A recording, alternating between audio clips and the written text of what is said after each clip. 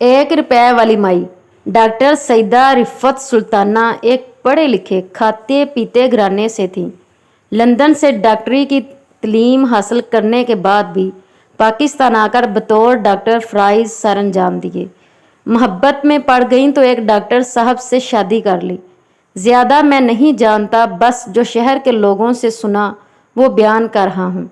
Doctor साहब ने वक़्त गुजरने के बाद एक और शादी कर ली और मरहुमा डॉक्टर सईदा रिफ़त सुल्ताना की सारी जायदाद अपने नाम कर ली। रिफ़त बीबी को किसी चीज़ की कमी न थी सिवाय मोहब्बत के, मगर डॉक्टर साहब से इन्हें वो मोहब्बत भी ना मिली।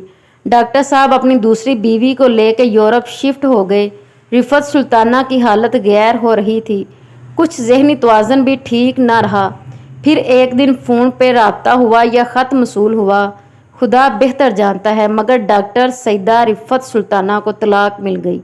ये सुनकर वो जीते जी मर गई। टेक्सला के शहर में वाकेंट्स में डॉक्टर रिफ़त सुल्ताना ने अपनी ज़िंदगी के तकरीबन 20 साल भीख मांगी। मरहुमा की एक ही सदा होती 1 रुपया दे दें, साथ ही दूसरी सदा लगाती please give me 1 rupees only. अगर कोई 5 रुपया देता तो मरहुमा पर्स में से 4 रुपया निकाल कर वापिस कर देती और बोलती बस 1 रुपया ही चाहिए। जब वो इंतकाल कर गई तो पूरे शहर के स्कूल्स को छुट्टी दे दी गई। हर आंख अश्क बार थी, सब इसे जानते थे। दुकानें बंद कर दी गईं।